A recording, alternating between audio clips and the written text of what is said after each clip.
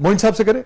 मोइन साहब से कर ले। मोइन अख्तर जो इस दुनिया से जब गए तो एक लेजेंड की हैसियत इख्तियार कर चुके थे, कहाँ से आगाज किया, क्या खास बात आपको याद आती और कितनी मुलाकातें आपकी उनसे रही? मोइन साहब से मेरी मुलाकातों का अंदाज़ा आप इस तरह कर सकते हैं कि जब मैं इतना था तब मैं उनसे मिला, और जब मैं इतना हुआ यहाँ तक, उस दौरान कई मुलाकातें जो मुझे याद भी नहीं है, इतनी हैं, इतनी मुलाकातें। यानी वालिद साहब के साथ, कुर्बान जिलानी साहब के साथ, और उसके बाद जब आई बिकेम एन एक्टर तो उस वक्त उनकी जो अप्रोच थी मेरे बारे में वो बदल गई। वो क्या थी?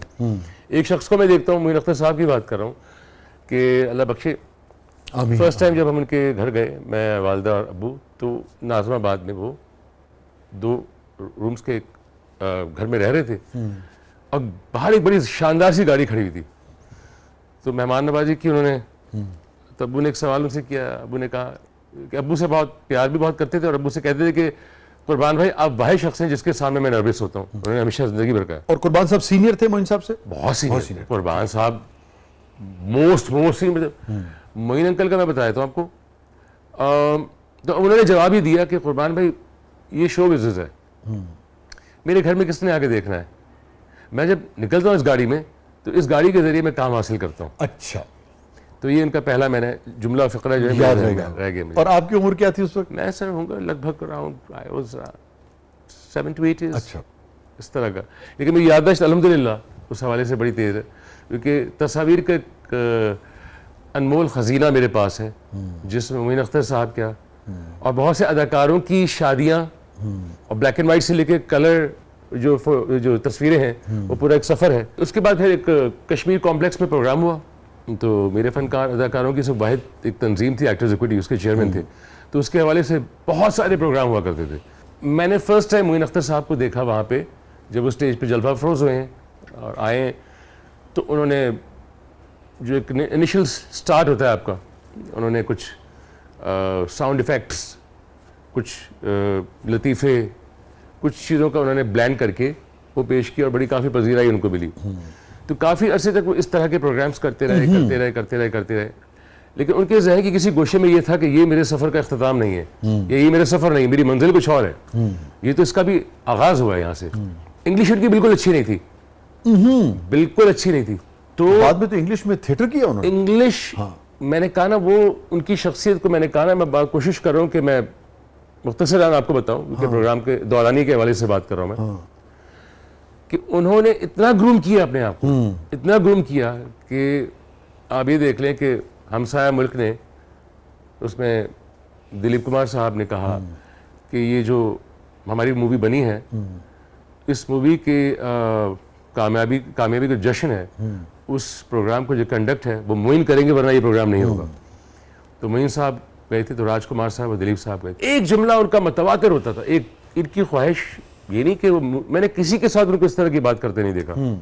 कह लेंगे यार, जब मेरे तकरीबन 2-4 ड्रामे अल्हम्दुलिल्लाह कामयाबी से हमकिनार हुए, तो कहने लगे कि यार मेरा दिल चाहता है कि एक मूवी है, अमिताभ साहब की, दिलीप साहब की एक ही मूवी आई थी, मैं नाम ले रहा हूँ, इकट्ठे जो थी, शक्ति। हाँ। तो कह लेंगे मेरा दिल चाहता है यार, दिलीप कुमार साहब से बहुत मुतासिर थे, बहुत ज़्यादा। तो कहेंगे मेरा दिल चाहता है यार कि शक्ति मूवी जो मैं बनाऊँ और दिलीप साहब का रोल मैं करूं और अमिताभ साहब का किरदार तुम करो। तो मैंने कहा सर, जब ज़िंदगी में अगर ऐसा मौका आया तो मैंने कहा बिल्कुल करेंगे। कहेंगे इसको कुछ रद्दो बदल करके, कुछ ऐसा करके, लेकिन वो उनकी एक समझे ट्रिब्यूट था या उनका एक जज्बा था कहने का। मोइन साहब की जनरोसिटी के हवाले से भी बहुत बातें जो हैं वो आती हैं, बहुत अच्छी बात है जी। इस हवाले से आपका कोई मुशाहिदा या तजुर्बा अगर रहा हो? Such a generous person, such a generous personality he got, such a charismatic personality he got.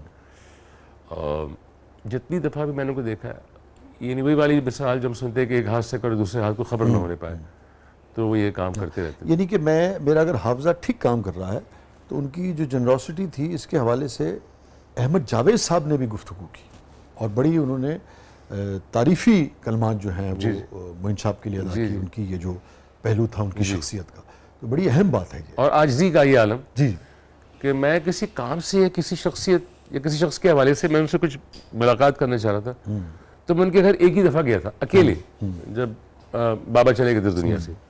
मैंने कहा मोइन अंकल मैं आना चाह रहा हूँ की तरफ। हाँ तो आ जाओ, शाम को आ जाओ यार 5-6 बजे। मैंने कहा दोपहर में मुलाकात नहीं हो सकती? कह लेंगे यार सुबह तो मैं सोता हूँ। हाँ लेट सोते थे।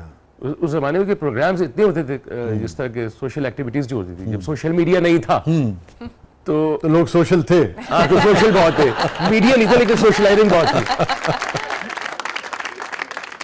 आज भी का ये आलम है कि मैं उनके घर गया, तो उनके कमरे में, उनके बेडरूम में चारों तरफ सिर्फ शीशे थे। अजीब सा शलवार कमीज जो इस्त्री भी नहीं हुआ था, सो के उठे थे, बाल बिल्कुल बिखरे हुए थे और यूं यूं करके बैठे। हाँ बोलो क्या, अच्छा चाय पीते हैं, ये करते करते अब मैं देख रहा हूँ एक आदमी के अंदर एनर्जी थोड़ी देर में आने वाली है। वो तो जो ट्रांसफॉर्मेशन थी ना वो काबिल दीद थी। बैठे तो घड़ी नहीं देखी, सामने रखी थी घड़ी, सुन के सारी बात कहेंगे अदनान तुम बात करते जाओ, मेरे तैयार होने का वक्त है। तो मैंने कहा आपको तैयार होने के लिए क्या करना है? कहेंगे मुझे ही तो करना है। भाई वो शख्स मेरे सामने उठा है, वो गए हैं, उन्होंने अपने शूज़ निकाले, मेरे सामने उन्होंने बैठ के उनको पॉलिश किया है। मुन साहब ने? जी, अपने कपड़े खुद आयरन किए हैं। मैंने कहा मोइन भाई एक बात बताइए, इतने सारे मुलाजिम आपके पास हैं, तो ये क्या मतलब क्या क्यों? कह लेंगे देखो यार बात यह है कि मुझे शुरू से अपने जूते पॉलिश करने की और अपने कपड़े आयरन करने की आदत है। मुझे किसी और के हाथ के आयरन किए कपड़े और किसी और के हाथ के जूते पॉलिश किए पसंद नहीं आते। और वो करते थे and he was very satisfied. तो ये बड़ी बात होती है। वाह। रेडियो पाकिस्तान जो कराची में है, उसके बराबर एक गली थी, उसका नाम था फनकार गली। अच्छा, वेरी जिस पे ड्रामा बन चुका है। हाँ। वो फनकार गली बड़ी सर देखने से ताल्लुक रखती थी। तो उस फनकार गली में, और एक हसन स्क्वायर पे एक जगह थी, लेकिन फनकार गली वाज द बेस। फनकार गली को फनकार गली क्यों कहते थे? फनकार गली को फनकार गली इसलिए कहते थे कि वहां पे साजिंदे, गुलकार, जो आपके साजीने होते हैं, ऑर्केस्ट्रा वगैरह, और जितने भी, और वो गुलकार जिनको अभी पजीराई नहीं मिली थी, जिनको कोई जानता नहीं था, तो वहाँ पे मौजूद होते थे। अच्छा। और जिसको प्रोग्राम कराना है, अच्छा ठीक है, उनके ऑफिसेस कह लीजिए। नो ऑफिसेस, गली, सिंपल गली, थड़ा। अच्छा, बस खड़े चाय के इधर होटल है। अच्छा, इधर चने का चना बना नान वान चल रहा है। वाह वाह। जैसे हम एक जुमला आमतौर पे कहते हैं कि दिहाड़ी लग जावे। हाँ। दिहाड़ी नहीं लगी यार, की करिए। उस वक्त वहाँ पे जो कोई नाजाबाद से आ रहा है, गुलशन आ रहा है कि आज मेरे बेटे की बर्थडे है, आज मेरी शादी है, उसके बच्चे की, आज वलीमा है। तो वो भाई ऐसा होता था कि वो उस वक्त क्या करना चाहिए, वो जगमगा रहा होता था। मैं समझ सकता हूँ आप जो कहना चाह रहे हैं।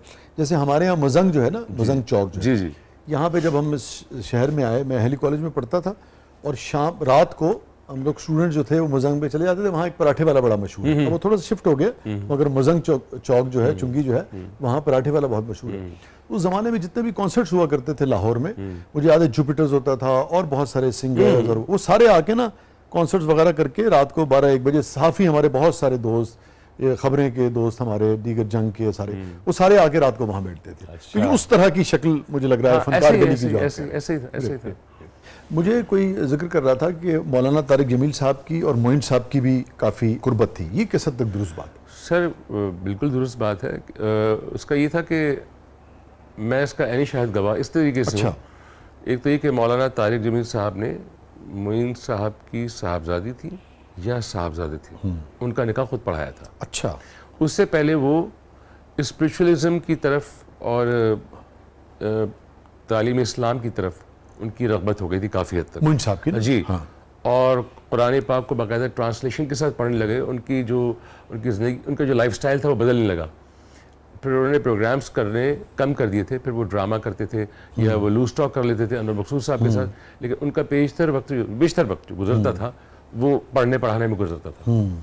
हुआ ये कि एक साहब ने मुझे कहा कि अदनान आपकी परसों की टिकट है लाहौर की और आप हमारे साथ जा रहे हैं। ओके। तो मैंने कहा कि भाई किधर जाना है लाहौर में, किस मकसद के लिए जाना है, क्यों जा रहे हैं, हम घूमने फिरने जा रहे हैं। मैंने कहा जिस तरह आप बात करें कोई बात इसके पीछे है, क्योंकि वो उनका ताल्लुक जो था वो तबलीग से भी था। अच्छा। और ही वेरी फेमस बिजनेसमैन। अच्छा।